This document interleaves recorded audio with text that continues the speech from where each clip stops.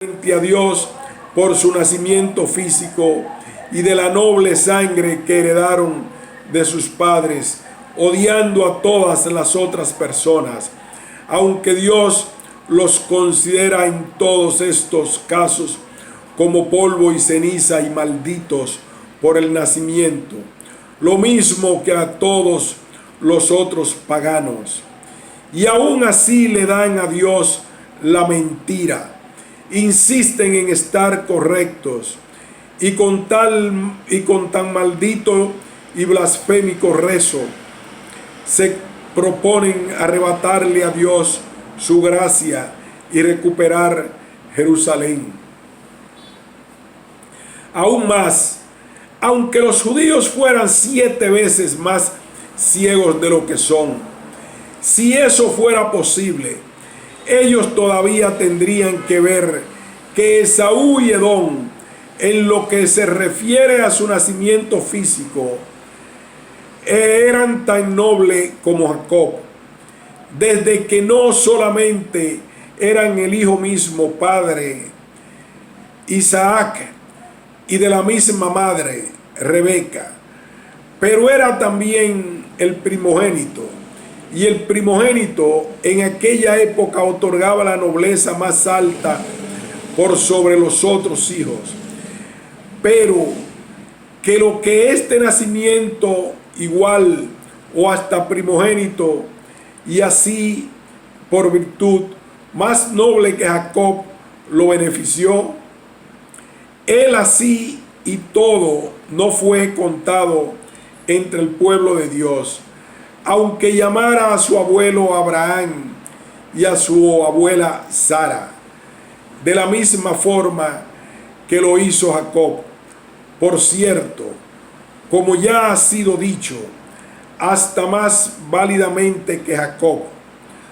Por consecuencia, Abraham mismo, como así también Sara, lo tenían que considerar su nieto, el hijo de Isaac y Rebeca. Ellos lo tenían que considerar como el primogénito y más noble, y Jacob el menos. Pero díganme, ¿qué bien le hizo su nacimiento físico y su sangre noble heredada de Abraham? Alguien podría decir que Esaú perdió su honor porque se transformó en malvado, etc. Debemos devolver, primero de todo, al punto en cuestión, que es la nobleza de sangre. Es por sí misma válida ante Dios, a tal punto que uno pudiera llegar a ser el pueblo de Dios mediante ella. Si no lo es, entonces, ¿por qué los judíos exaltan su nacimiento tan por lo alto ante los otros hijos del hombre? Pero si lo es, entonces, ¿por qué Dios no los guarda de caer? Porque si Dios considera el nacimiento físico como adecuado para hacer de los descendientes de los patriarcas su gente, Él no dejaría que se transformaran en malvados, así perdiendo a su pueblo y transformándose en un no Dios.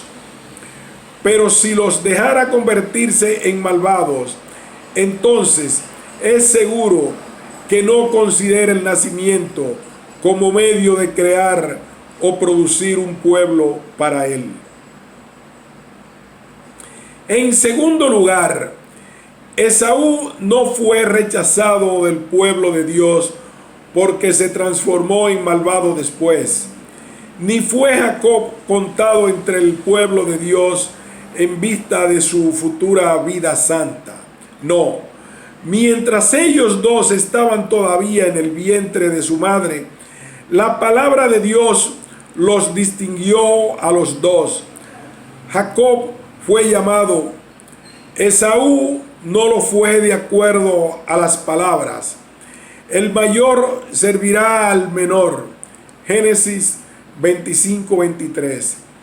Esto no fue afectado de ninguna manera por el hecho que los dos fueran elevados bajo el mismo corazón de una madre, que los dos hayan sido nutridos de la misma leche y sangre de una misma madre, Rebeca, y que hayan nacido de ella al mismo tiempo. Entonces, uno tiene que decir que no importa qué idéntica sea la carne, sangre, leche, cuerpo y madre, en esta instancia no fue posible ayudar a Esaú. No pudo prevenir a Jacob de adquirir la gracia mediante la cual las personas llegan a ser hijos de Dios o su pueblo. Decisivas aquí son las palabras del llamado que ignoran el nacimiento.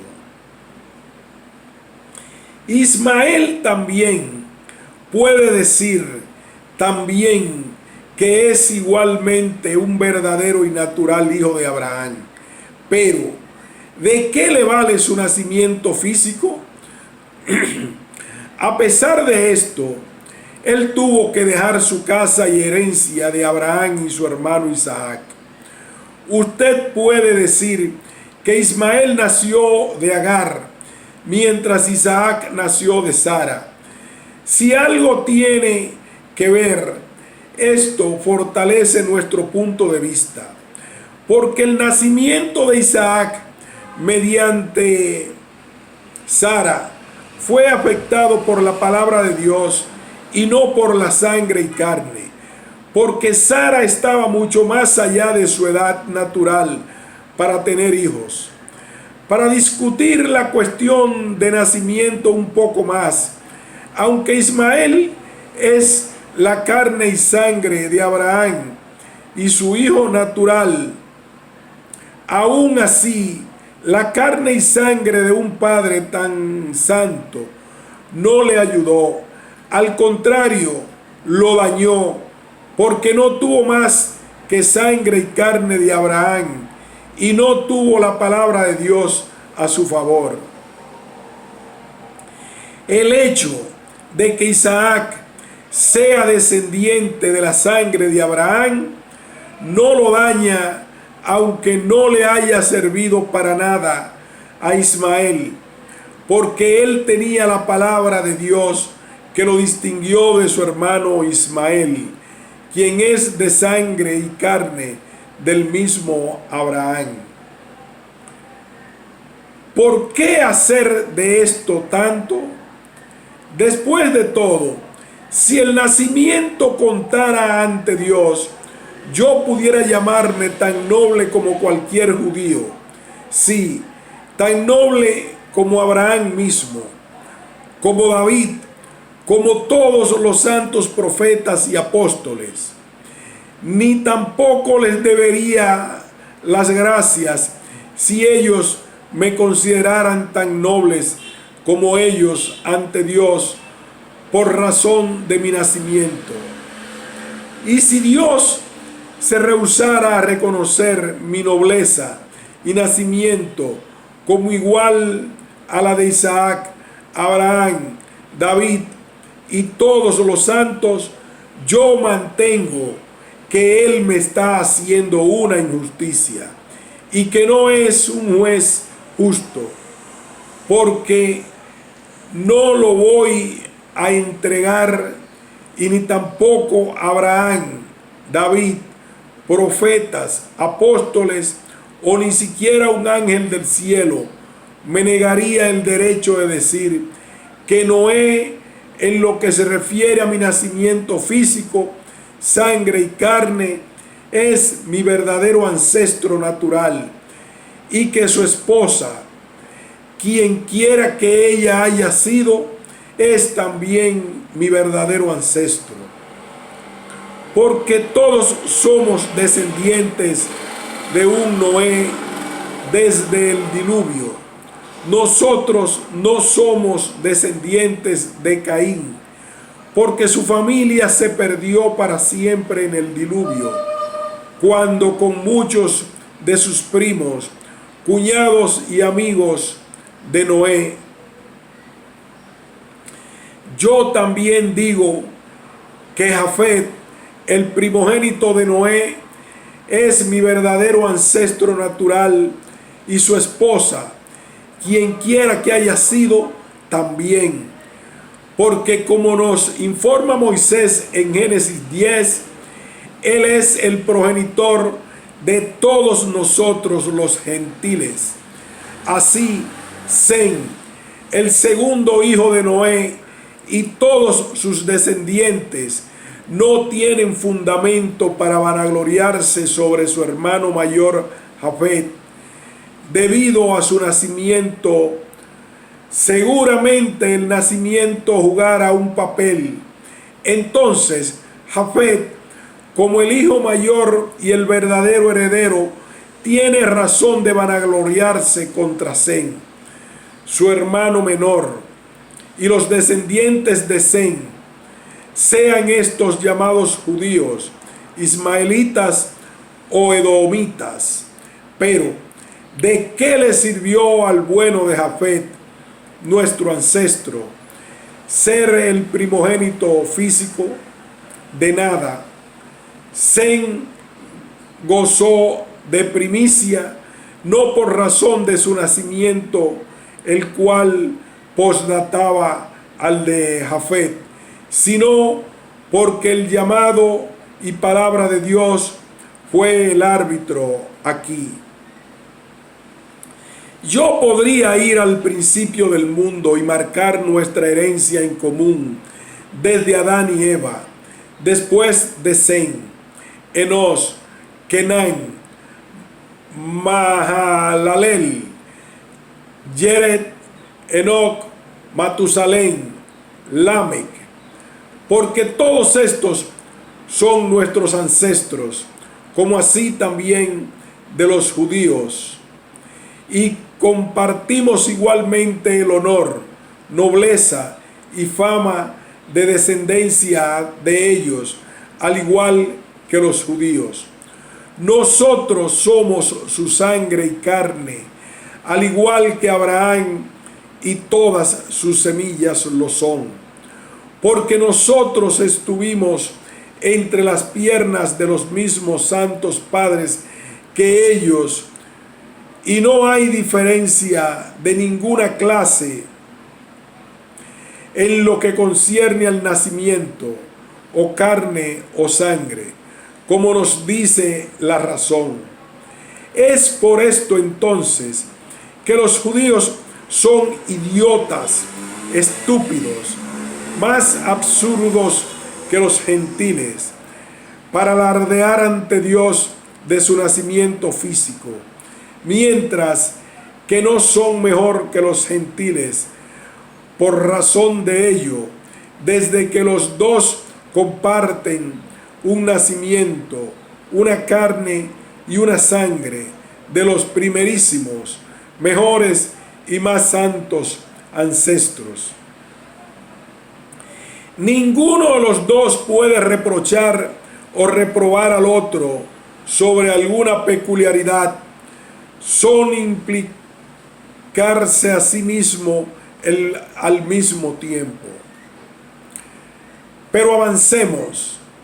David nos agrupa juntos muy bien y convincentemente cuando él declara el Salmos 51:5. Pues mi delito yo lo reconozco, mi pecado sin cesar está ante mí. Contra ti solo he pecado, lo malo a tus ojos cometí, porque aparezca tu justicia cuando hablas y tu victoria cuando juzgas. Mira que en culpa ya nací, pecador me concibió mi madre, mas tú amas la verdad, y en lo íntimo del ser y en lo secreto me enseñas la sabiduría. Pero, ¿qué significa nacer en el pecado, sino que nacer bajo la ira y la condena de Dios? Así, De esta forma, por naturaleza y nacimiento, no se puede ser el pueblo e hijos de Dios, y nuestro nacimiento, gloria, nobleza y alabanza no pueden significar nada más y nada menos que esto. Y solo esto se puede decir de nuestro nacimiento físico, y debido a ello somos pecadores condenados, enemigos de Dios y en su disgusto. Allí judíos tienen su alarde y nosotros gentiles los nuestros. Ahora vayan y recen a Dios para que les respeten su nobleza, su raza, su carne y su sangre. Esto lo quería decir para fortalecer nuestra fe, porque los judíos no renunciarán a su orgullo y alarde de su nobleza y linaje. Como fue dicho antes, sus corazones están endurecidos. Nuestra gente, aún sin embargo, tienen que estar en guardia contra ellos, para no ser llevados por el mal camino, por esta impertinente y maldita gente que le mienten a Dios y odian a su mundo. Porque a los Dios les gustaría llevarnos a nosotros cristianos a su fe, y hacen esto siempre que pueden. Si Dios llegara a darle su gracia, los judíos primero deben borrar todos esos rezos y cánticos blasfemos en los cuales pavonean tanta arrogantemente su linaje, de sus sinagogas, sus corazones y sus labios, porque tales rezos incrementan y agudizan aún más la ira de Dios hacia ellos. Pero ellos no harán eso, ni se humillarán, excepto algunos pocos individuos que Dios llama hacia Él para librarlos de su terrible ruina. La otra fanfarronería y linaje del cual los judíos se regodean y con el cual de manera arrogante y presumida menosprecian a toda la humanidad es la circuncisión recibida de Abraham. Dios mío, lo que tenemos que tolerar nosotros, gentiles de sus sinagogas, en sus plegarias, en sus canciones y en sus enseñanzas. ¡Qué hediondez para sus fosas nasales! Nosotros, pobre gente, somos por no ser circuncisos. De hecho, el propio Dios debe rendirse al miserable tormento, si puede así decirse, ya que lo enfrentan a la inefable presunción y fanfarronería. Alabado seas, Rey del mundo, que nos destacaste de todas las naciones y nos santificaste con el pacto de la circuncisión. Y del mismo modo, con varias otras palabras, siendo el tenor de todas, que Dios debe estimarlos por sobre el resto del mundo, porque ellos, de conformidad con su mandato, son circuncisos, y que Él debería condenar a toda la demás gente, que es como ellos desean hacer y hacen. En esta fanfarronería de linaje se vanaglorian tanto como en su origen. En consecuencia, creo que si Moisés mismo hubiera aparecido junto con Elías y su Mesías y hubiera intentado despojarlos de esta fanfarronería o prohibirles tales plegarias y enseñanzas, muy probablemente hubieran considerado los peores demonios en el infierno. Pero no hallarían el modo de insultarlos y maldecirlos de acuerdo a su pensar.